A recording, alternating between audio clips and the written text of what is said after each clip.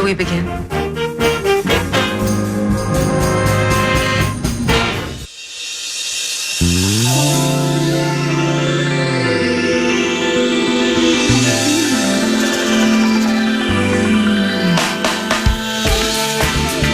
Ladies and gentlemen, 9 to noon is more than happy to present the Friday Football Feast.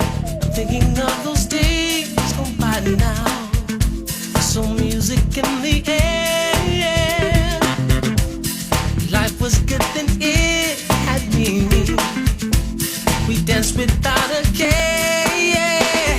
Mike Florio with ProFootballTalk.com. Florio. And NBC's Football Night in America starts 9 to noon with PA and Charch. It's Emergency Florio because yesterday at ProFootballTalk.com, something popped that is antithetical to the history of American sports, where just right out of the gate, Mike wrote the NFL suffered its biggest courtroom loss yesterday in the history of American sports, $14.1 billion for now.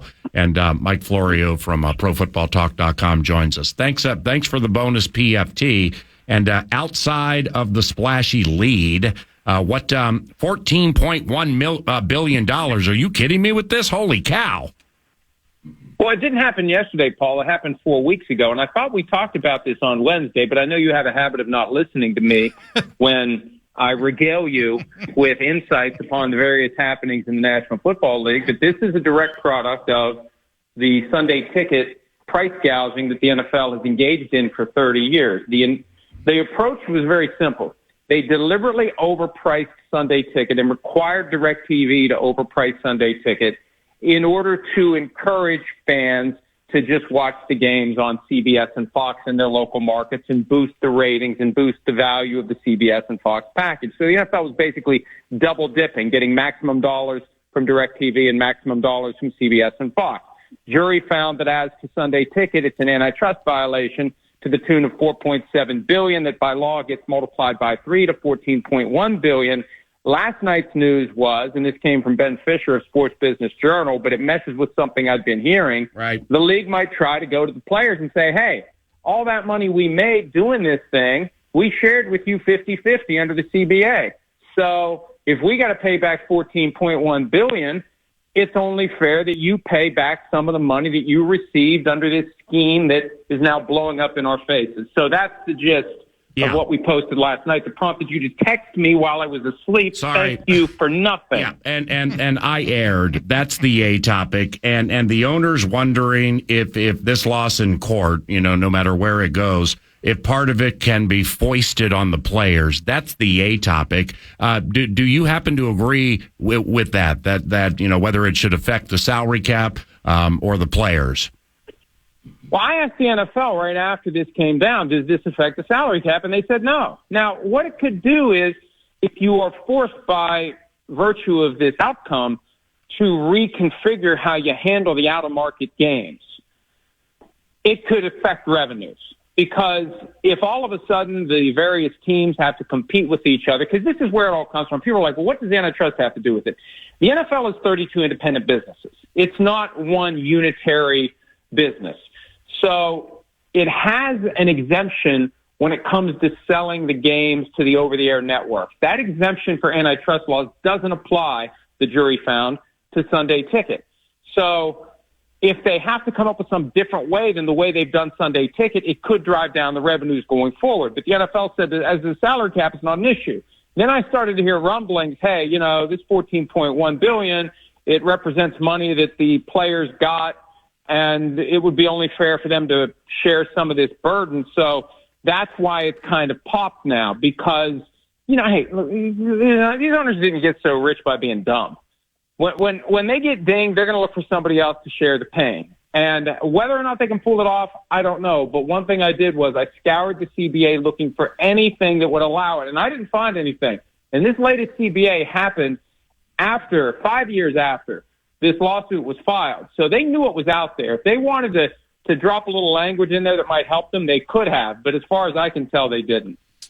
Hey, Mike, it's Charch. It's been a while, at least a year. I think you've been dodging me, honestly. Afraid of the tough questions, something like that. Paul won't let me come on Friday. He doesn't want me talking to you. He doesn't want us to be friends. He wants to hoard me. I think that's exactly what. I think he's jealous of what we've had and always will have. Let's talk. I want to if the owners do need to pay this. If somehow they actually end up paying $14 billion, divided by 32 teams, it's still $437 million. Even if that doesn't get applied to the cap, there would still be a massive hit. I mean, these are big numbers. Even for NFL franchises, these are big numbers. Where would the money come from? Well, it comes from each team. And there was a comment made by Mark Murphy, the Packers CEO, within the past 2 weeks. They've got no guidance from the league yet on how they'd have to come up with the money or what the plan would be. And some owners aren't as liquid as others. And, people just assume, well, billionaires, you just got $440 million laying around. It's like the richer you are, the more of your cash is tied up in all sorts of things other than your bank account. And that's how people get rich. They play games with money. They invest in this. They invest in that. And at the end of the day, if someone says, hey, I need $440 million in cash, they got some work to do to come up with that. And I don't want to name names because I'm not 100% sure, but there are owners out there, especially the ones that aren't connected to some multi-billion-dollar industry that allowed them to buy the team in the first place. There are going to be some owners out there that are going to have a hard time coming up with that cash. And now, with all that said, the NFL continues to aggressively fight this case. There's a hearing coming up on Wednesday. They want to get the whole verdict thrown out. They will appeal this thing all the way to the U.S. Supreme Court. And given the way that the U.S. Supreme Court is currently constructed, and this is not a political opinion, it's a political reality, the way it's currently constructed, they might have a good shot, especially since one of the 9 justices has a Super Bowl ring that Jerry Jones gave to him 30 years ago that probably won't make a damn bit of difference when it's time to go forward. That justice will still participate in the case if it happens. So there's a lot more still to do, and it's probably going to take 3 or 4 years to get there. The stakes are so high now that either side, whoever wins or loses every step of the way, they're going to keep pushing this thing all the way to the Supreme Court. There's too much money on the line for anyone to just walk away without taking full advantage of any opportunity to try to turn this thing into a win. And see, that's why earlier in the week, I think I brought it up to you. Maybe it was a couple of weeks ago where, I don't know how somebody like you, very good at what you do with investigating stuff like this, would get into it with each team. But like, if you think about what's happened with NFL media and just how the purse strings have tightened in so many ways around the NFL, and I just wonder if that involves the individual teams, where if the NFL, and I wonder if the NFL's anticipating some form of a loss. So like all of the teams are really, really cracking down and tightening the purse strings. I don't know about that because, frankly, I don't think the NFL expected to lose. When it comes to the courtroom battles, and this isn't specific to the NFL, I was involved in that world of representing corporate interests. You get an echo chamber where you've got all the true believers, the representatives of the company, the lawyers who work for the company, the outside lawyers when they hire a firm to come in and handle the case, and they all start convincing each other as to the merits of their position, and there's no way they can lose. And the only way we would ever lose is if somebody was stupid or corrupt, and they always blame somebody else other than themselves. And when they lose, they're shocked. They're genuinely shocked. They never thought in a million years they'd lose. And so what happens? They keep fighting and keep fighting and keep fighting. And we're right and you're wrong, and we're eventually going to prove it. And even if we ultimately lose, we're still going to say we won. That's how the game goes. So the point is, I don't think the NFL had the foresight here to say we better start tightening the belts because we're going to have to come up with $14 billion, because I don't think they ever expected to be on the wrong side of this verdict. Has anybody figured out the math on what guys like me who've been paying NFL Sunday Ticket for over 20 years, if the $14 billion were to hold, what that would mean to me? Now, usually on these class action deals that I've been a part of, like 8 years later, I get a check for $23. And I'm assuming at the end of the day, it'll be something like that. I'm not running out and buying NVIDIA shares right now, but it feels like at $14 billion, there could maybe be a pathway for those of us that did get gouged for 2 decades to actually get a little something back. What do you think? The class covers 2.4 million residential consumers from 2011 through 2022. So 12 seasons are tied up into it. My guess is there's going to be a unit available to everyone based upon each year they had. So if you had 1 year, you have 1 unit. If you had 12 years, you get 12 units. But when you look at $14.1 billion, and I kind of did the rough math, because look, at the end of the day, and it's going to be a bigger number because you're going to have pre-judgment interest, post-judgment interest. You're going to have attorney's fees by law that are, for 10 years of litigation, a giant bill that gets added to that. But the lawyers are going to get, based upon their agreement with the named plaintiffs, probably a third of this if the court approves it. And I know people are going to be like, oh, that's not deserved. They went out on a limb and fought the NFL for a decade to win this on behalf of people who had not enough of a loss that they ever could have found a lawyer to just handle one case. That's the benefit of class actions. You have a company that is diminishing the rights of people to an amount that's so small that no one's ever going to sue just for themselves. You bind everyone together, you rectify the problem, and you get a big pot of money. So once the lawyers get theirs, I worked it out to about, I'd say, between $5,000 and $10,000 per person when it's all said and done. I think that's not an unreasonable number. Wow. My back-end napkin had me at $700. I like yours a lot. I like your napkin a lot better than mine. If you had it the whole time, if you had it the whole time, 2011 through 2022, then you're looking at, I would believe, between $5,000 and $10,000 if this ultimately holds. Wow. And the other thing, too, it doesn't cover 2023 with YouTube TV. The issue still existed last year. There's got to be another case out there already for 23. And if they don't change how they make Sunday Ticket available for 24, 25, 26, you're going to have more. They might let it ride. That's the thing. I've asked them, well, what are we doing here? Are you making changes to how you do Sunday Ticket? They haven't decided yet. They may let it ride, assuming they're ultimately going to win. If they don't, they're going to have another. I mean, you do the math. If it was $14.1 billion for 12 years, if we have another 4 years, that's another $3 billion they're going to potentially have to come up with. Wow. Speaking of YouTube TV's version of this, I imagine you suffered some of the same frustrations that I and many others had last year, where even if you had Sunday Ticket, YouTube didn't let you just pick the games you wanted to watch. They pre-decided, all right, if you want to split your TV 4 ways, here's the 4 games you're going to get, and there's 3 or 4 variations of those 4 games, and that was it. Now, this year they say they're going to let you pick the games, which would be a massive improvement. But I found the system they had last year was hyper frustrating because there'd be whole games you could not see. For those of us that you've got an amazing man cave in your barn and you've got all the TVs, but you still couldn't even get all the games on all the TVs. The system they had last year was terrible. And see, I'm at NBC every weekend watching all the games simultaneously. I've had DirecTV over the years for when my son's around and wants to go down to the barn. Last year, he was home, and so he wanted to watch the game. So, I've been paying for it, and I haven't been watching it. I'm still going to get my check, though, and I want my check. Right. But I tell you what I did this year.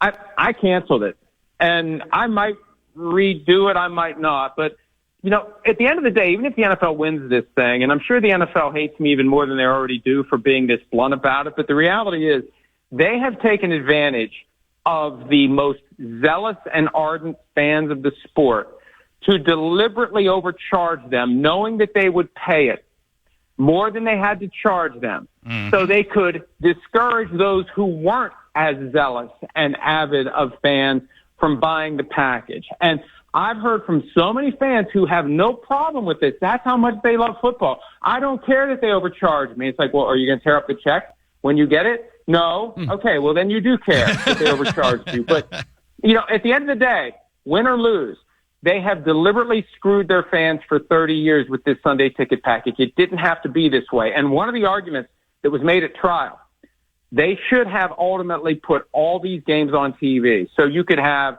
your regular CBS and Fox games for local market, whatever gets served to the local market, and then all the out-of-market games, one on NBC, one on ABC, one on ESPN, one on ESPN2, one on FS1, one on USA, one on TNT, one on NFL Network. You should have been able, potentially, and maybe this is what will happen in the future. And I think they could make more money this way if they just did it. Every game being played at 1 o'clock Eastern, noon cornfields on a Sunday is on your TV dial. You just have to flip from channel to channel. You don't have to pay an extra penny to watch all those games. Yeah, that's how we want it too. By the way, fantasy players like me have driven a lot of this revenue over the years. You're talking about your hyper zealot consumers of football. That's us.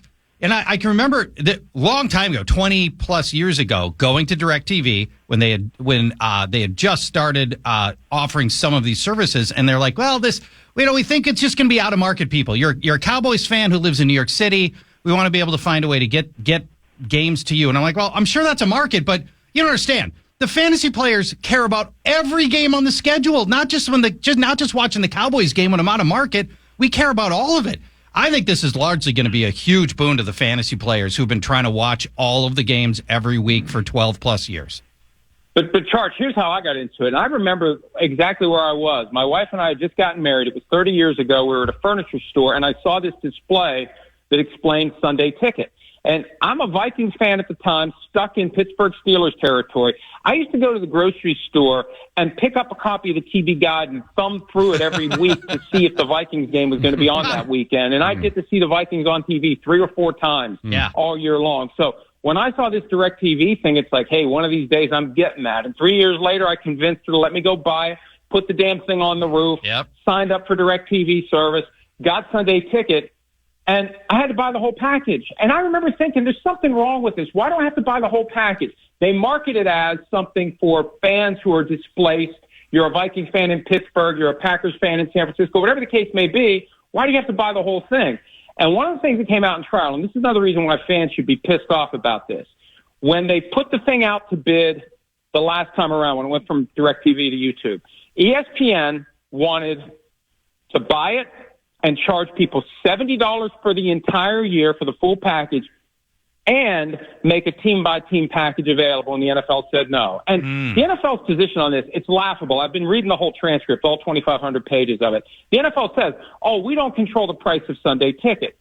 But then they admit over and over again, they insist that it's a premium product. So we're not controlling the price, but we insist that it's a premium product, and we're saying no to the people who would make it available at a very cheap price. It's ridiculous, and it's kind of offensive to the person of average intelligence or just below average intelligence like me.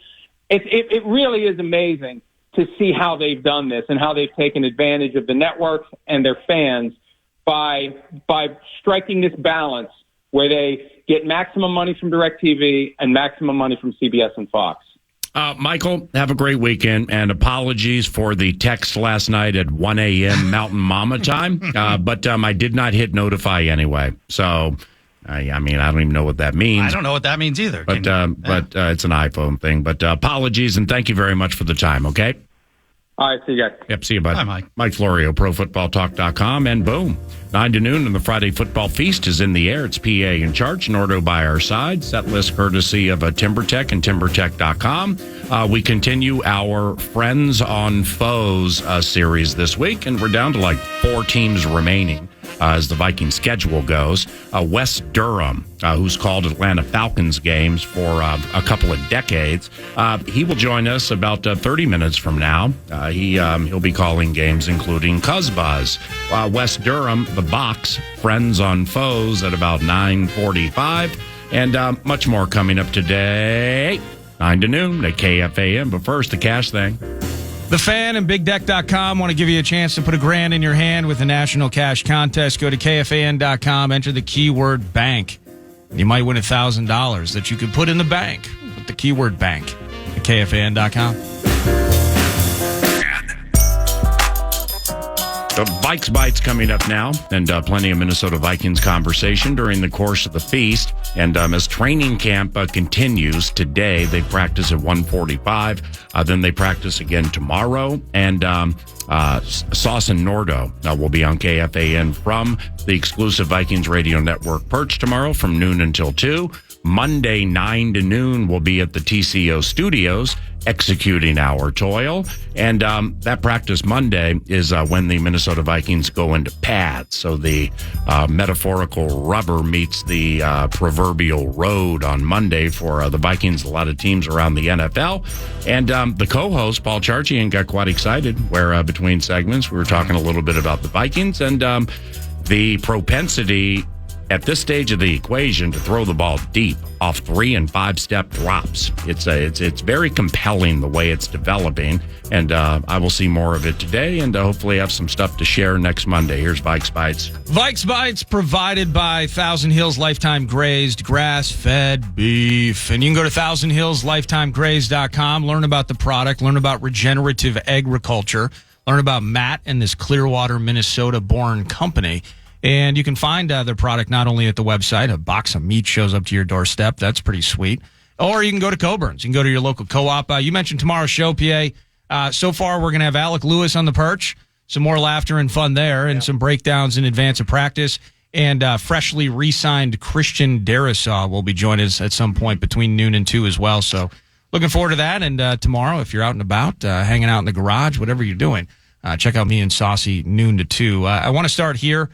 First, head coach Kevin O'Connell speaking yesterday, talking about the loss of Mekhi Blackman, who tore his ACL the other day. Spent a lot of time with him last night and today.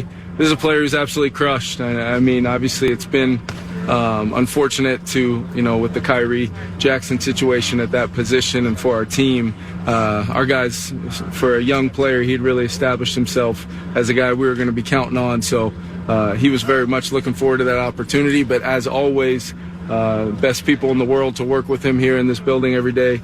Hopefully we have Mekhi back here right on the trajectory that he was as soon as possible. So he is going to be on injured reserve. His season ends, and we're all rooting, of course, for a solid recovery for the second-year cat out of USC. Now, with that said, well, next man up, and sadly, next man down, PA. There was an injury yesterday. Shaq Griffin, picks off a pass. I don't know if that was from JJ, if it was Darnold, if it was Hall, if it was Mullins, whoever it was, but he picks off a pass and then kind of hobbled to the sideline and hit the turf. And then he left practice as well. Here's defensive coordinator Brian Flores on the state of the defensive backs room. I like our room. I like everyone at every position. So I think right now we're in the process of getting better on a daily basis, working on our techniques, specific to that room, whether it's man coverage, zone coverage, whatever we're doing on a particular day. But I like the guys in that room. I think they're competitive. I think they're going to work to get better every day. That's really what we've talked about. I should add context to this, by the way. He had also mentioned, he acknowledged the loss of Mekhi Blackman. He acknowledged, and both of them have gone into detail on the loss of Kyrie Jackson as well. But in the end, ultimately, there's a little bit of coach speak in there. Like an unbelievable amount. He knows he's up against it, right, Charch? That was the most nothing statement ever. I'm listening to this going, this could have been, this. You could have recorded this in 1952 and made it about your running back room. It was the ultimate example of coach speak right there. Well, what is he ultimately? The defensive back room is hurting right now. It's hurting right now. Which he did not address at all. Never brought up a name. Season's over. It's not. It doesn't need to say that. With the Vikings offense and the defense at this stage of the training camp equation, this is basically organized team activities until they get the pads on. So as I recall, a lot of the same stuff developed last year the way it's developing now.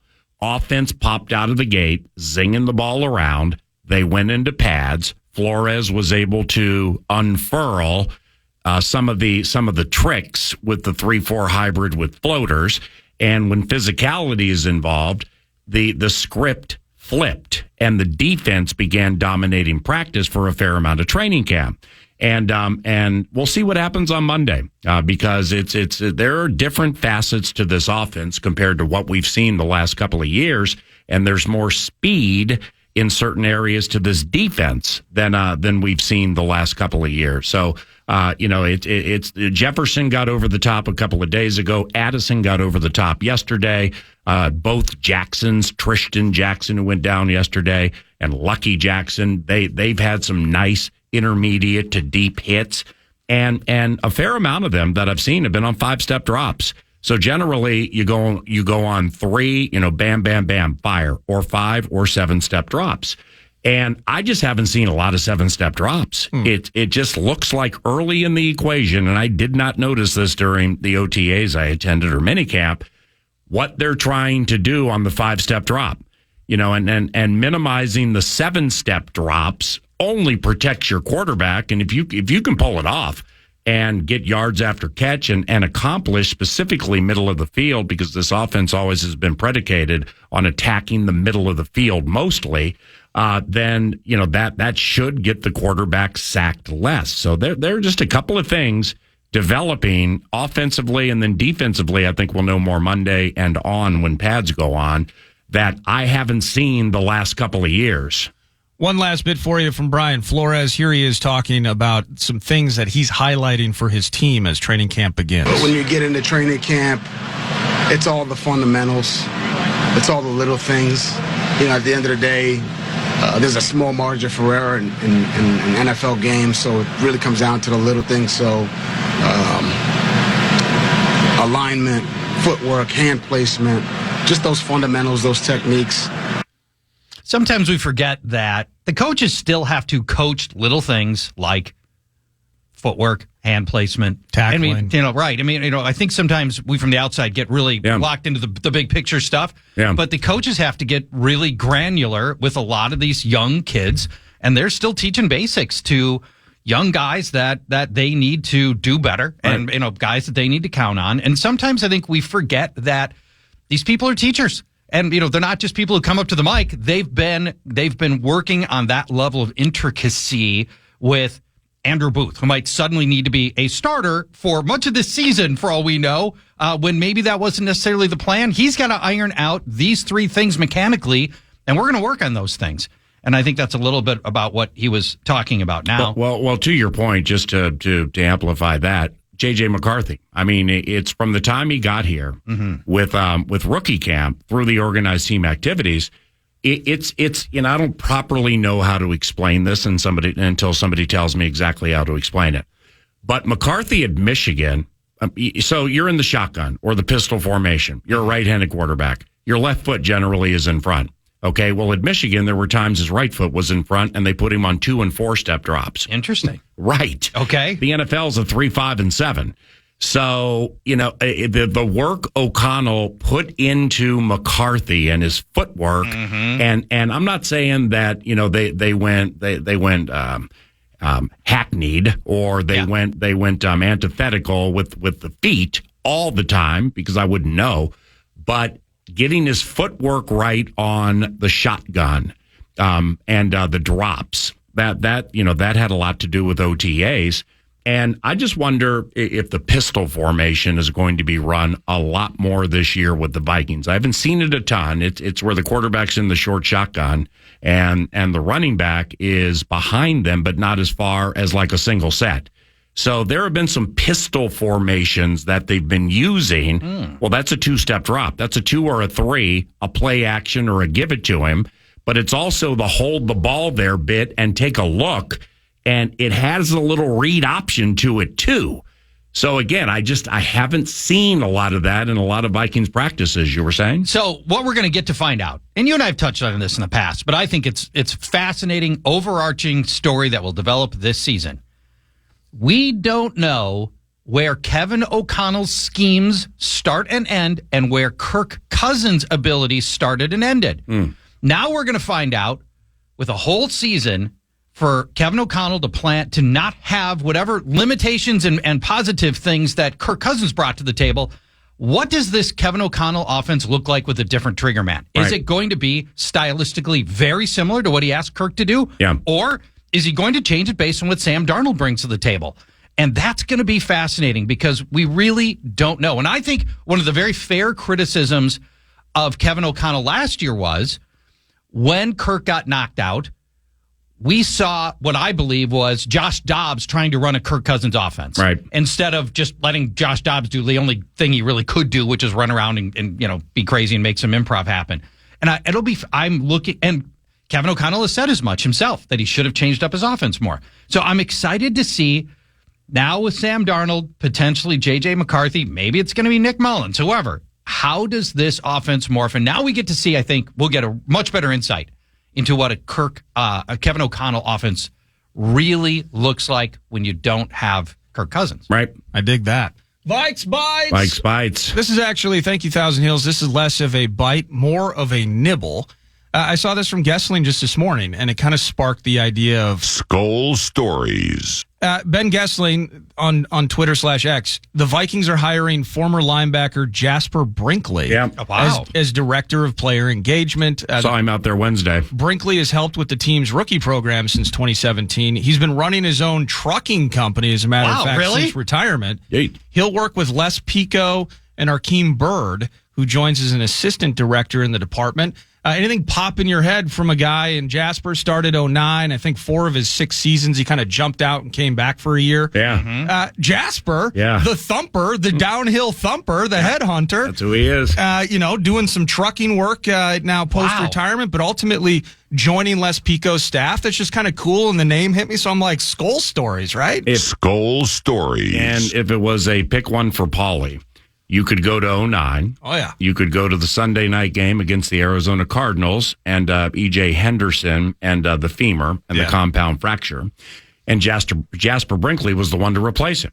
So Brinkley, who hadn't played much, during the entire 2009 season, well, now all of a sudden he's thrust into a spot for a team that's one of the 2 favorites to win the Super Bowl. And Jasper never was noteworthy for his back pedal and or his pass coverage. Now, granted, he came off the field in nickel, and that was Lieber and the Greenway. But Jasper really, really stepped up and played well in the time he had the opportunity, and that would include the NFC title game against the New Orleans Saints. So that was a tough spot for Jasper. Was he in the mix on that Pierre Thomas? Remember that was Greenway. The dive over the top? Okay. Yeah, that was like a couple of Rams meeting on the prairie, locking horns, 5 feet off the ground. Ball comes out. Of course, it's ours. But the No, that visualization hit me. I couldn't remember who it was, but that was what I remember most about Jasper is the conversation around. He was a thumper. He's a liability in pass coverage, etc. But he's gonna come up in your face. He's gonna fill gaps, and he's absolutely just gonna smash people. And he was pretty damn good at it. Do you remember which famous athlete, Hall of Fame athlete, always just talk about how he just wants to be a truck driver, and then started a trucking company? Jeez. Well, how about this, though, is Marcus Sherrills, another great example of a guy post-retirement that just, he's running like a waste management company. Yep. Down in the Rochester area, he's opened restaurants and stuff. Right on. I think that's super cool. Smart guys that end the league, but they don't want to stop working, right? You want to have an agenda, something to do. You want to have a goal to reach. I think that's awesome. Carl Malone. Oh, I was going to guess. Carl Malone? You see, I thought it was an NFL player. So I was going to go to, who is of the trucking you variety? So I would have said Lorenzo Neal, Madison Hedgecock, fullbacks and or burly names. Trucking guys, Carl Malone, you say? Carl Malone, he made $100 million in his playing days, which, by the way, had he been this good, as good as he was now, that $100 million would have been probably $1 billion. Made $100 million, but he always talked about all he really wants to do is get in a semi and drive, which you can understand, right? You're a celebrity. You've always been a celebrity. Yeah. And you just want to get in your truck, hit the open road, and have nobody in your business. I can understand that. So then Malone, post-career, started his own fleet called Malone Enterprise Trucking. And as it turns out, it's a little harder to run a trucking company than maybe Carl thought. 2 years later, it was out of business. Yeah. But he would, in his free time, he would jump in a truck and he'd go be delivering logs or whatever, right? Wow. He actually did go. He would drive his semi around in the off season, and the mailman delivered in more ways than one. Seems peaceful. No, yes. But logistics, supply chain. Now, a big guy. It's not an easy business to just decide you're going to jump into. I'm actually surprised you don't see more ex-NBA big men that just they just go out and buy a Kenworth truck. I don't have anything to tow.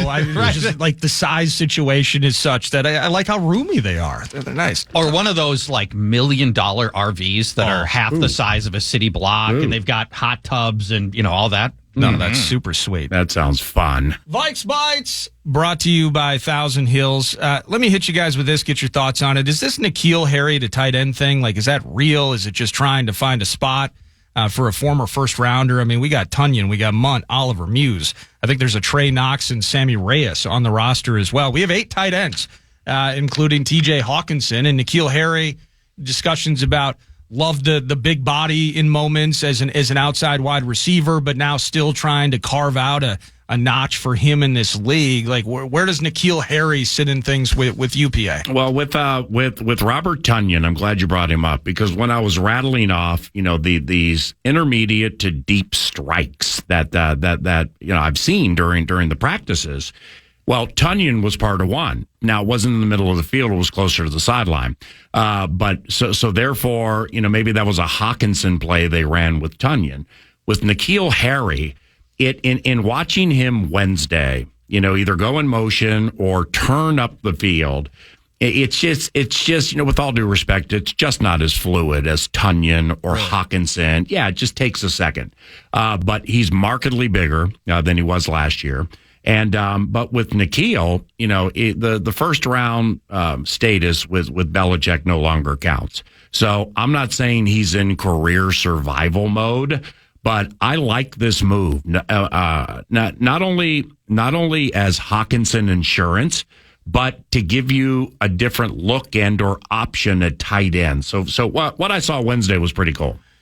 It almost never works out, to be clear. The wide receiver to tight end conversion, it's not that it's never happened. Right.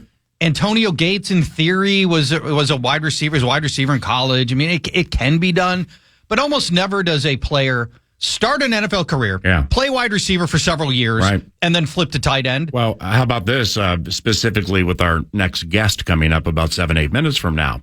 Now, Kyle Pitts at Florida lined up as a wide receiver on a majority of his plays. Standing. But he's a designated tight end.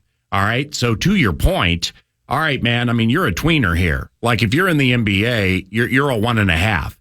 You're a point guard who's pretty good, but not a point guard. You're a 2 guard who shoots pretty well, but not as well as a lot of 2 guards, but you're good enough to fit. And off what we were just talking about, I mean, the tweener status with Kyle Pitts. I mean, it's, we'll see with Cousins what Pitts can do, but overall, wouldn't you say from where he was drafted and the expectations? I mean, I wouldn't say failure, but I mean, it ain't been great. Pitts was a lottery pick. He was like 7th player taken in his draft. Right. And uber athletic and talented, who languished in Atlanta because you had an offense designed around and by Arthur Smith, who simply didn't believe in getting the ball to the players that he'd put this incredible draft equity in. Whether it was Drake London, lottery pick, Kyle Pitts, lottery pick, Bijan Robinson, lottery pick, and then he's feeding Cordero Patterson the ball constantly. So that we'll talk about that when we catch up with Falcons. He has a new Jeff Fisher, Wes Durham.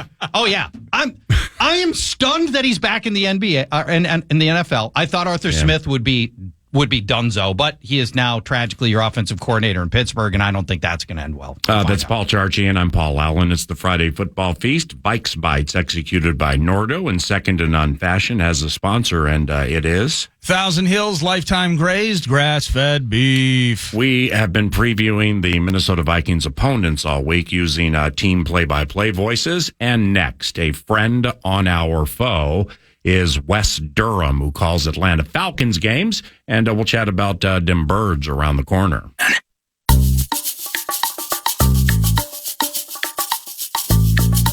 Hollins will go to the right. Pitts and Robinson to the left. Tyler Allgeier's come into the backfield with Tucker Fisk.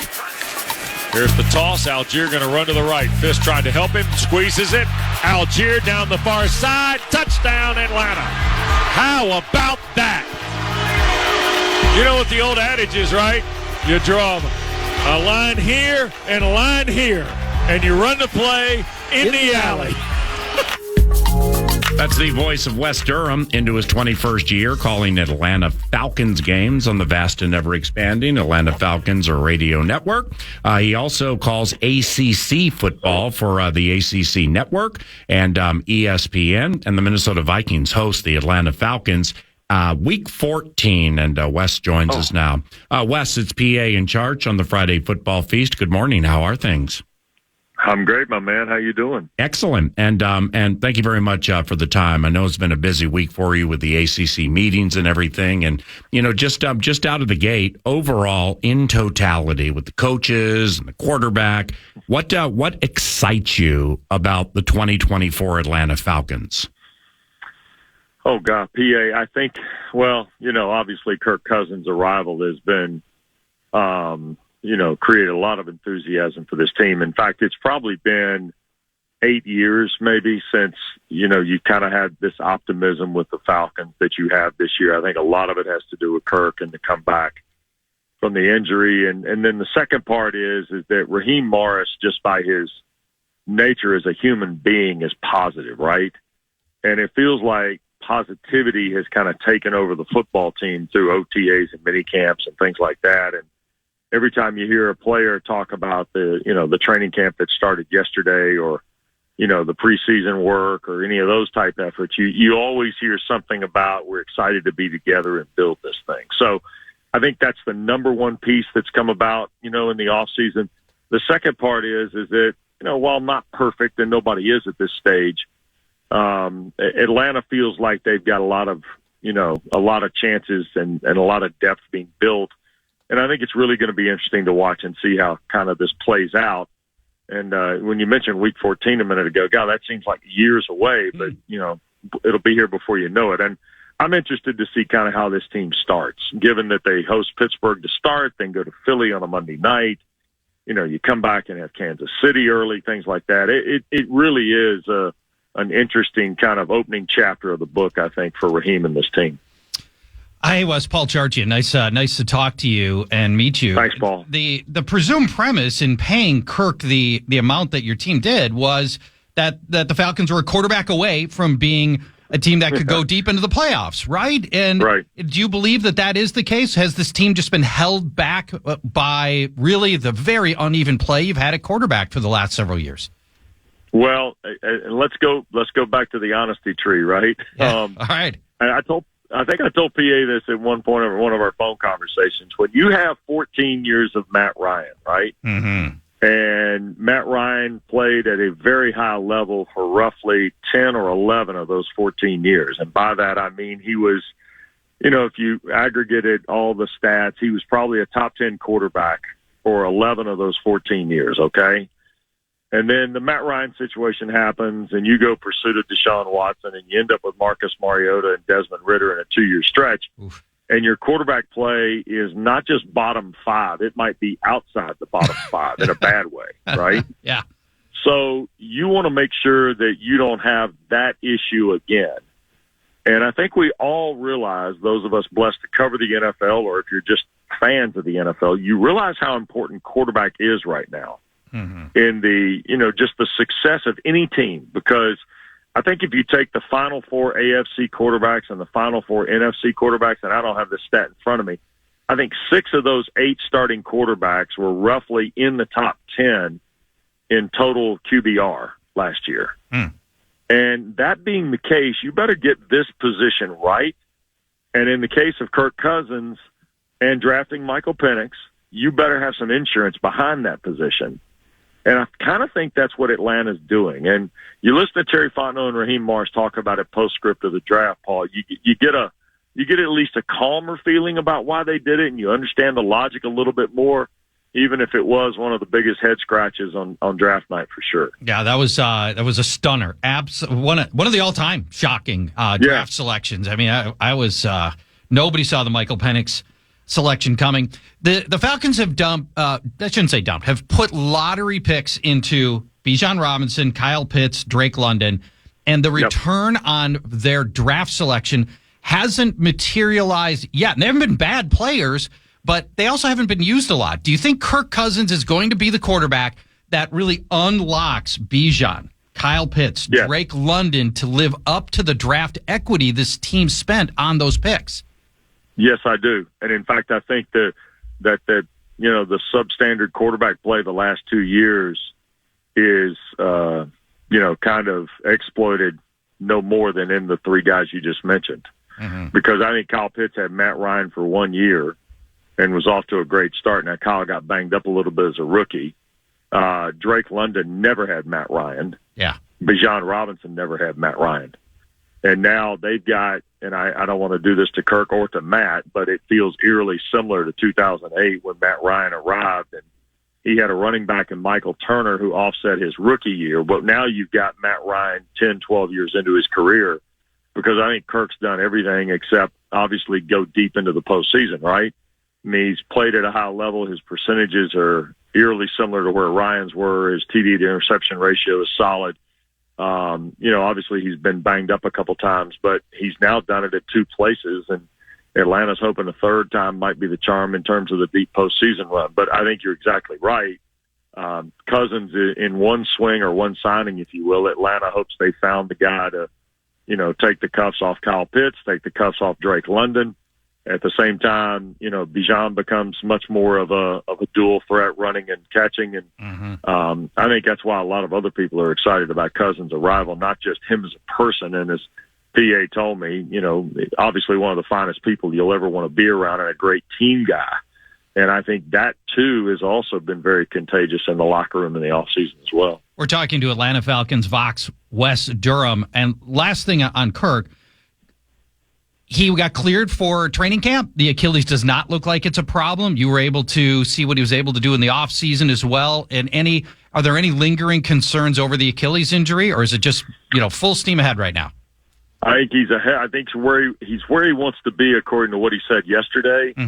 And I think that includes not taking a preseason snap in games. Now, they will have joint practices like every team does. They're going to have 3 days of them in Miami leading up to the first preseason game 2 weeks from today.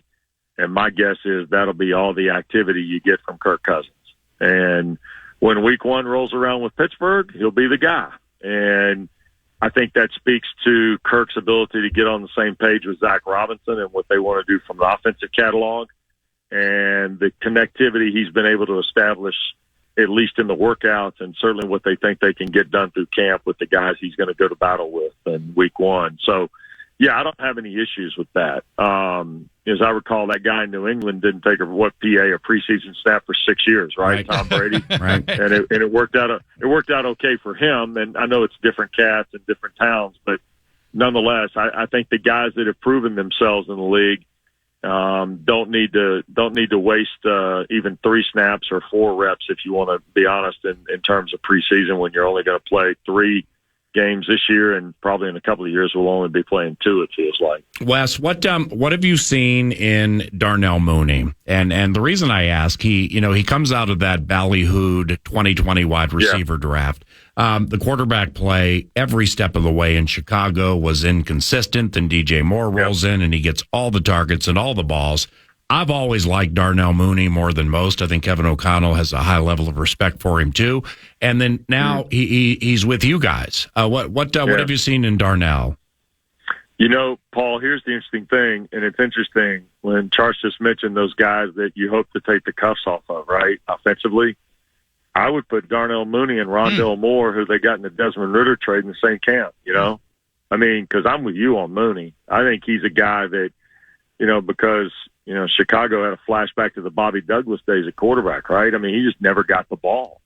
And I think it's going to be really interesting to see how Zach Robinson puts Darnell Mooney into packages. And I'd use Rondell Moore in the same way. I mean, think about the Rondell Moore you saw at Purdue and what you've seen in the NFL. And it feels like he's been underutilized, right? And I feel the same way about Mooney. It's going to be really interesting, but I'm with you on the Mooney thing. I think Mooney is a guy, and I'll give you another one that Atlanta got in the offseason, Charlie Warner, the tight end at San Francisco who got lost, with George Kittle, right, and Deebo Samuel. I think Charlie Warner's in the same package. Now, he may be more of a special teams guy, but I still think when you go to like a 21 package offensively, Paul, I think, Warner can help you. So that's the other piece of this, that you feel like Atlanta's also taking some chances with guys who want second breaths, if you will, in their NFL career. And in Mooney and Moore, I think they found 2 of them for sure. How's main man Grady Jarrett getting around these days? Boy. You want me You want me to tell you he looks as good as he's looked? Because he does. I love him. If you want to know the truth. Yeah, he's come fully back from the knee injury. And, Onyemata has also been a problem, in the past for a lot of teams. He's back healthy. And then they drafted Rook Orororo. Get ready for that one. Right. Kid from Clemson now, Yeah. who is getting ready to play his first year in the NFL and his 6th year of organized football. Wow. Wow. That's it. Now, and if I'm missing something here with Eddie Goldman, I apologize. I'm looking at the depth chart, but Eddie Goldman, the former Bear, I mean, he's buried on this depth chart. There may be some injury related situation, but he's on the roster. So, what are they expecting from Eddie Goldman? They hope he stays in camp because this is his 3rd crack, I think, back on the roster, retired, unretired, didn't want to play football. Now it's come back. I mean, I'm kind of on one of those, okay, we'll see. I mean, is he going to be there for the preseason opener? And then I'll kind of say, well, is he going to be there for the 2nd game? And if he makes it to the 3rd game against Jacksonville, then, they may have a decision to make. But there's a lot more around that competition right now, and you can see it from a depth chart perspective. There's a lot more around that competition now. They drafted, Brandon Dorlus from Oregon, who they're really excited about. They got the other kid from Washington who they took on the defensive side. They're pretty pumped up. So, I mean, Eddie Goldman, on the camp roster, but is he going to be on the 53? I don't know at this point. Right. Wes, let's talk about your new offensive coordinator, Zach Robinson. He's got a very short resume. He's young. He comes from the Sean McVay tree. He was the Rams passing game coordinator and quarterbacks coach the last couple of years. He's never called plays. What do you think about what a Zach Robinson offense might look like? Yeah, that's the fun part of our business because you get to talk to these guys, and the first question is, kind of who influences what you're going to do, right? Mm-hmm. And when you remember who he played for at Oklahoma State and what he's done professionally after his career ended, it gets pretty interesting.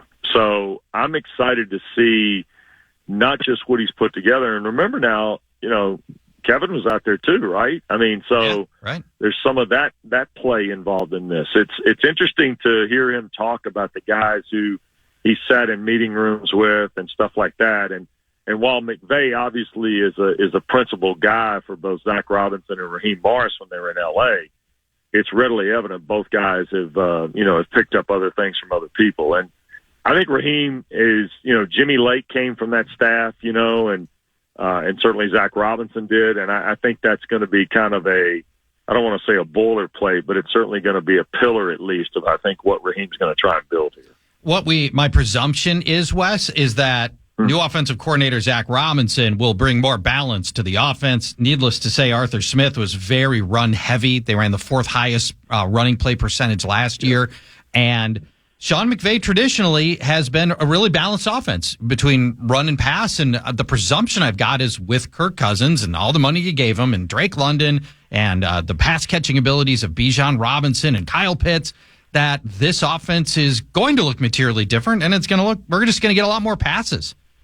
Yeah. No, I think you're right about that. I mean, Dave Archer, who I do the games with, he thinks Atlanta will be throwing the ball probably 25% more maybe than they did a year ago. Yep. At the low end, perhaps, depending on like what Paul said earlier about Darnell Mooney and guys like that. I mean, once the emerging, and you guys know this, the minute you have one, you have two, and then if you can go find a third guy in the throw game that you can put into a variety of formations and packages, I think that creates an air game that makes defending them tough. And I think Zach Robinson threw I laugh because he played at Oklahoma State and he threw it a ton at Oklahoma State because he had weapons, right? And I think that's kind of what's going to materialize, at least what they're optimistic about materializing in Atlanta for sure. Wes Durham has called Atlanta Falcons football on the radio for more than 20 years, into his 21st of this year.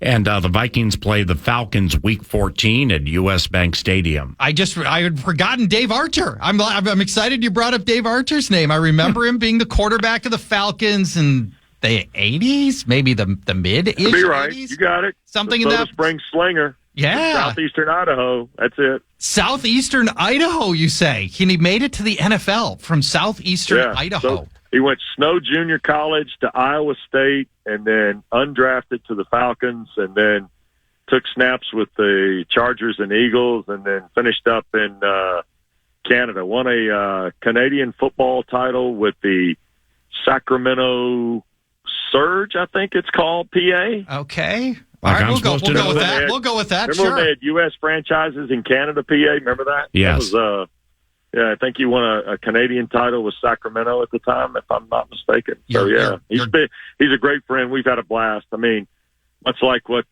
Paul's got in Minneapolis on Sundays, Arch and I don't even have to look at each other. We've been doing. We're like two old guys sitting in the balcony on the Muppet Show. Well, we can get back to the Falcons topic for a second in the final 5 minutes ish with the elite Vox Wes Durham. But I in the Big Ten, UCLA, USC, and I guess I had forgotten Stanford. Strangely, is in the ACC, and I know that you just got back from 3 days of ACC meetings, press conferences, and interviews and stuff like that. But the ACC, is it from a casual college football fan standpoint? It no longer is the case really to look at like the Clemson Tigers and say everything stops and starts there, right? Yeah, no, I think the one thing I feel fairly good about going into this year with the ACC is Florida State and Clemson are probably going to be the two highest ranked teams when the AP preseason poll comes out. Mm-hmm. But there are as many as 5 others that could, there's as many as 4 others that I think potentially could find a path to the ACC championship game. And nationally, I think there are probably 1, maybe 2 more that if you line up some things nationally, they could also get in the race. I mean, look, it's Florida State, Clemson, and then it begins a discussion of NC State, Miami, Virginia Tech, Louisville, and then maybe even SMU in their first year because I think they're immensely talented on offense. And then I wouldn't discount, you mentioned Stanford coming in the league and obviously SMU, but I think Justin Wilcox at Cal has done just a hell of a job coaching that team, and he may have one of the best backs in the country in Jaden Ott this year. So I wouldn't rule out Cal, but Cal and Stanford, to a degree, SMU are going to have to, at least have some ease with the travel at this point because it's going to be tough. I mean, give you an example, Syracuse, Stanford, their second game is a Friday night at Syracuse. They fly home, they start class on Monday, and then they play at Clemson the next Saturday. Ooh. Hey, so, you start looking at stuff like that, and, it's short weeks and 18 to 22-year-old kids, and you know how college football rosters can get depleted quick. It makes it tough. With NIL, well, I mean, in the Miami, the Dade County area, Miami, Fort Lauderdale, all that. I mean, they can find some NIL, but then you got the transfer portal, which just really has changed the game in so many ways. But the point being here, Wes, is with the Miami Hurricanes, it's the Jimmy Johnson, Larry Coker times. I mean, okay, to say that you're going to have like 5 Hall of Famers for 4 years on college football teams probably isn't going to happen. But, are the Canes ever, or are the Canes close to returning to prominence? Well, PA, here's my trouble. The Miami you and I remember, I don't think can happen again. Right. I just don't think so. But can they be a national team of prominence? Absolutely. I just don't quite know. I think when we talk about is Miami back, I don't think Miami ever goes back to where they were. But I think they can be a national power, and they can be in the mix for the, expanded playoff for sure. But I don't know that they can ever go back to the Bernie Kosar and the, Steve Walsh and that crowd. I just don't know that that's attainable. Maybe it is in the NIL world, but it feels like that the dispersion of talent is far more broad now than it was back then, for sure. All right, last one for the Falcons. Vox Wes Durham, nice enough to join us on this Friday. The Birch. Maybe the single best position for the Falcons is one we haven't even talked about yet, and it's the offensive line. The offensive line is great. It's littered with first and second rounders. Pro Football Focus ranked Atlanta 8th in pass blocking and number 1 in run blocking last year. This is going to be the best offensive line Kirk Cousins has played with his entire career. Talk to me a little bit about the impressive offensive line for the Falcons. I think it starts at left tackle with Jake Matthews, who's been a pillar of consistency in his career. I mean, he comes from the Matthews clan that never took a day off, it feels like, right? So you go there. I think last year they found the left guard of the future in Matthew Bergeron. The right side with Lindstrom and McGarry has been particularly steady, I think, for the last couple of years. And then, you know, Drew Dahlman was good at center last year, and they want him to be great. So, you know, that's the spot that if I told you we want to keep an extra eye on, that's the one we're going to watch, I think, as the season unfolds for sure. But, yeah, it is a place of positive strength, and I think Atlanta's going to use it early, sure. My man, thank you very much for the time. We'll stay in touch as we are wont to do, and for sure we'll see each other Week 14 up here in the cornfields. Thank you very much, Wes. Have a good weekend. Anytime, guys. Great to be with you. PA, all the best, my man. Yes, sir. See you, brother. Wes Durham, the affable and amiable Wes Durham, the Vox for the Atlanta Falcons. Vikings-Falcons Week 14, Cuz Buzz via his former team. It's 10:11 when we return. Sam Darnold had a press conference yesterday, and we will hear some things he had to say and react accordingly. But first, The Fan, along with BigDeck.com, want to give you a chance to put $1,000 in your hand with the National Cash Contest. Go to KFAN.com, enter the keyword cash. The keyword is cash. Just go to KFAN.com.